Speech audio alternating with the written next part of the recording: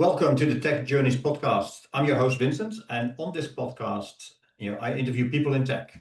As always, this show is sponsored by the consulting launch method, where I help experienced tech professionals build their own consulting business without spending years figuring out the business side. We help clients to go from first idea to first client in 90 days and six figures within a year. If you want to learn more about this, connect with me on LinkedIn and send me a message. On today's show, our guest is Sushil Kumar, who is a solution architect at Capgemini, and there his primary focus, is around AI, telecoms, and cloud, but telecom in particular. So, Sushil, welcome on the show, first of all, and I want to ask you a question I always love to ask to start with. It's looking back at your career, what is the decision or the project that you're most proud of, and what made it actually stand out for you? Yeah, thanks, Vincent. First of all, thank you for having me in your show. I'm also excited. As you introduced, I have been working with the industry for a very long time, and yeah. So the thing is, like, if you see from the project perspective, I have done various projects, and I started my career in India. And in India, when I started, technology was booming up, and we had to work extremely hard. And we were new, we were very young at that point in time. So I worked, I mean, mostly. So the project that excited me on the telecom sector, I started with 3G product that gave me immense experience going through 3GPP specifications, and we used to do a software programming. So I was a system programmer, do Linux development. The thing that mattered that time was the kind of support I received and the experiences and the industry leaders that were there. The mindset over there was to groom, right, rather than just the expect the work. So I learned a lot. I learned how to better be a coder, what sort of experiences to be an optimized programmer, you can say. Hmm. Then there was a project, I still remember we worked nights over there and we were having a two-member team and we built it from scratch. We reused some of the product. It was related to IMS, telephony application server. And I used to work, let's say, till 1 o'clock in the night, and I used to come office around 8 o'clock. And I worked extremely hard. But just not working over there, it gave me a lot of experience, exposure, how to approach things, how to build teams. Yeah. And later Hmm. on, I worked on WiMAX. You might not know WiMAX now, but it was very good technology. 802, I mean, that Yeah. time it started. And then what happened, there I built the complete team. I had around 8 to 10 member team. We worked extremely hard. We released, and then we traveled to different part of the world. And that was the most exciting time. I mean, I would say the initial 5 years was amazing. After that, when you know things, you adapt the technology, right? But Yeah. initial time, you learn a lot. And you traveled, as well as part of that career, across Yes, different countries. yeah, I've traveled a lot. So initially, my first travel was to Israel, Tel Aviv, and that was the first time I saw beach outside India. Okay. And it was warm weather. It was really good. I mean, I really liked it. I was there. I was working for what Alvarian there. The company is no more, but it was massive exposure that I had working with different. That time I came to know what are global technical leaders, how they work, how they define what to do next. And I have had great experience traveling to China as well. I Okay. was in Shenzhen working for Huawei, and Yeah. that was altogether different. You have a lot of people, and you have different work culture, and people actually after hours they do exercise in the office. There were group classes, and that was amazing. And after that, I traveled to America. I was in Texas, I was in California, I was in Phoenix, Arizona, working for various vendors like Ericsson, IBM, Dell, uh, Okay. yeah, and Qualcomm. It was very great experience. It's a huge, big country. And here in Yeah. UK, I've been here for almost 11 years now. 11 years. Yeah. For that. And obviously, it's so clearly you've been working at in the last period for really big companies, right? Capgemini is also a big consulting company. Yeah. And now, if you were starting your tech career again tomorrow, right? Knowing what you know now, with all the tech changes and the transitions that are happening, what is the one thing you would do differently?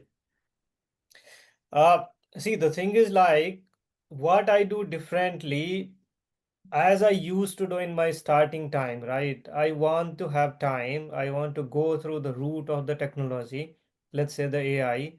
I want to start from the mathematics part of it and go all up to the top level. Nowadays, we don't have that much time, but what helps me the experience I have, right? I can correlate. See, syntax or coding languages come and go. Syntax will always change, right? But the logic, the design, the architecting part of it, it's not going to change.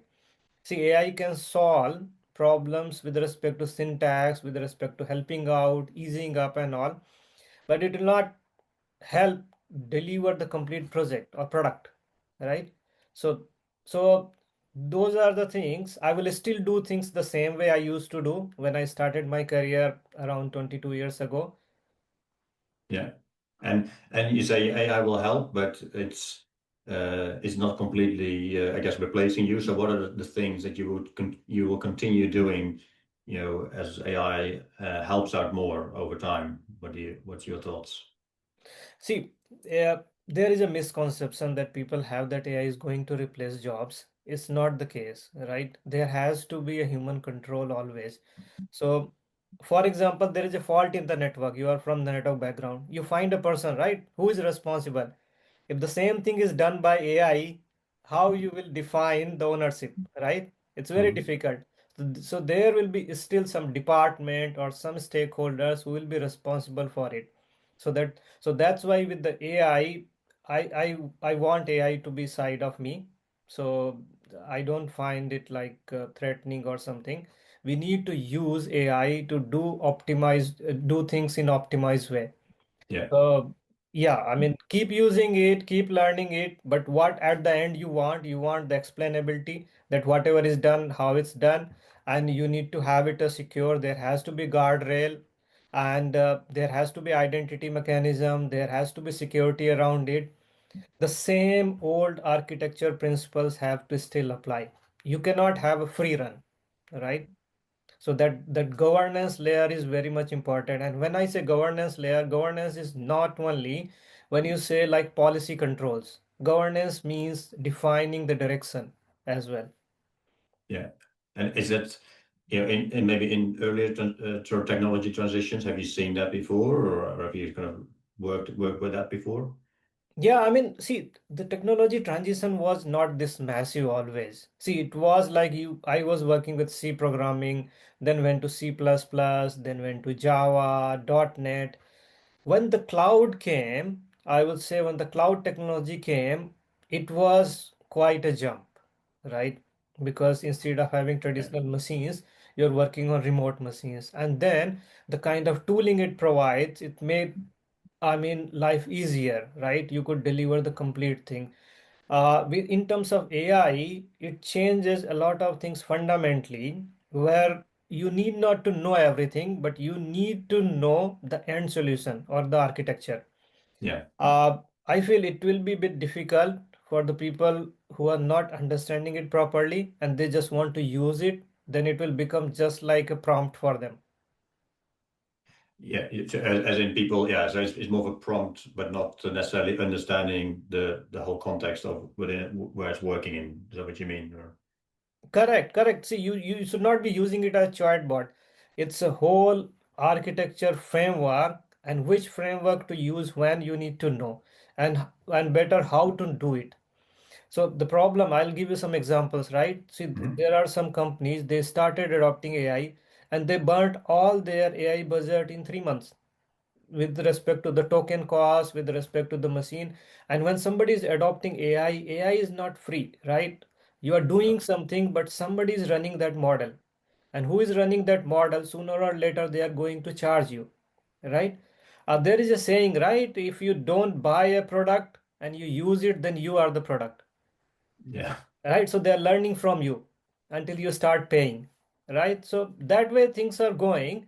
So that's why we need to know when to use the cloud-based model and when to deploy our own model, because the cost factor and the security factor is going to be major in future. Yeah. Yeah, and I think that's a bit that's the bit of the unknown, in particular with the tokens and AI cost. That there is a big cost, to get compute cost, right, to get AI running, and it's not free either. And all of the AI companies are not profitable as a business, right? Or they just taken on a lot of debt, to fund the data centers. Now, True. if Yeah. sorry.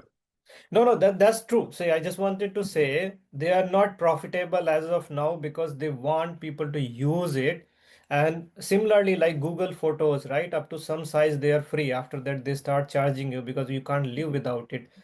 So they want you to use AI. They want you to be hands-on and forget all the syntax so that you rely on AI to do some things for you, and that's what they want you to use it, and ultimately as sooner or later they are going to increase the price. Yeah. They are funded by somebody, they want the return on investment. Yeah, I agreed. And so if we go back to Mhm. your career now, right? So I mean, obviously you've been in tech for 22 years. So what does the next chapter of your career look like for you? See, there are multiple things I have been working on. I wanted to do some sort of consulting business as well. Hmm. And I wanted to work on some startups. I have some ideas. I want to do some startup business. But the way things are changing, right? So I just want to give some more time to understand how things are shaping up to decide my next steps.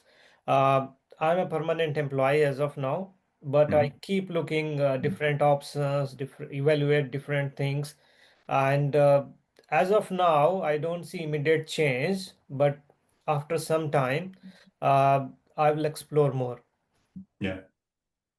And even in your permanent employment, I mean, do you see yourself continue to do the same thing as before, or are you kind of develop in that, or move sideways, or No, I'm looking for new opportunities and new areas like AI leader, and I'm looking for different options within the organization as well. I have some initiatives as well where I start doing different things, and yeah, there are some discussions going on, and I'm looking for next set of roles as well. okay? And how are you faring? I mean, is it easy to do within the business, the organization you're in at the moment? It's not easy, but it's not difficult too. I mean, Okay. you have to keep trying, and the thing is like opportunities come and go, right? You have to be in the right place at the right time. So you have to be prepared. It should not be like opportunity came and you are not ready, right? So Yeah. I understand, and that's why I'm preparing myself to for the next set of challenges. Yeah. And what's your timeline for that in your mind? Within 2 years. Within 2 years. Yeah. Okay. Within 2 years to have a next role, or is it within 2 years to start your own business, or? No, no, within 2 years to start next role. Mhm. And in parallel, it may happen. I have kept myself flexible for my own business or having my own, even if it's not business, then whether it's a consulting side or having some sort of training sort of things, different things. There are different ideas I have. I keep working on them, but I Yeah, haven't made any formal plans yet. Yeah. got it. Got it. Fantastic. Well, I think we sort of can wrap this up. Thank you so much for being on. Is there, if people want to get in touch with you, how do they do that? It's just connect. I mean, I'll add your profile below, right, in the description. Yeah, yeah. Thanks, Vincent. Yeah, if people want to connect to me, they want to learn more about the technology or they want some guidance with respect to different roles, they can connect me to my LinkedIn profile. Okay. I'll appreciate if you can post that. Yeah, Yeah. absolutely. So fantastic. I recommend everyone checking out Sushil's LinkedIn profile. I'll link it below. Sushil, thank you so much for being on the show today. I really appreciate it. And as a reminder to everyone listening, the show is sponsored by the Consulting Launch Method, where I help tech professionals, experienced tech professionals, build their own consulting business without spending years figuring out the business side. We've helped clients to go from first idea to first client in 90 days and get to 6 figures within a year. So to learn more, connect with me on LinkedIn and send me a message. Until the next episode. Thanks. Thank you, Vincent. Have a nice day.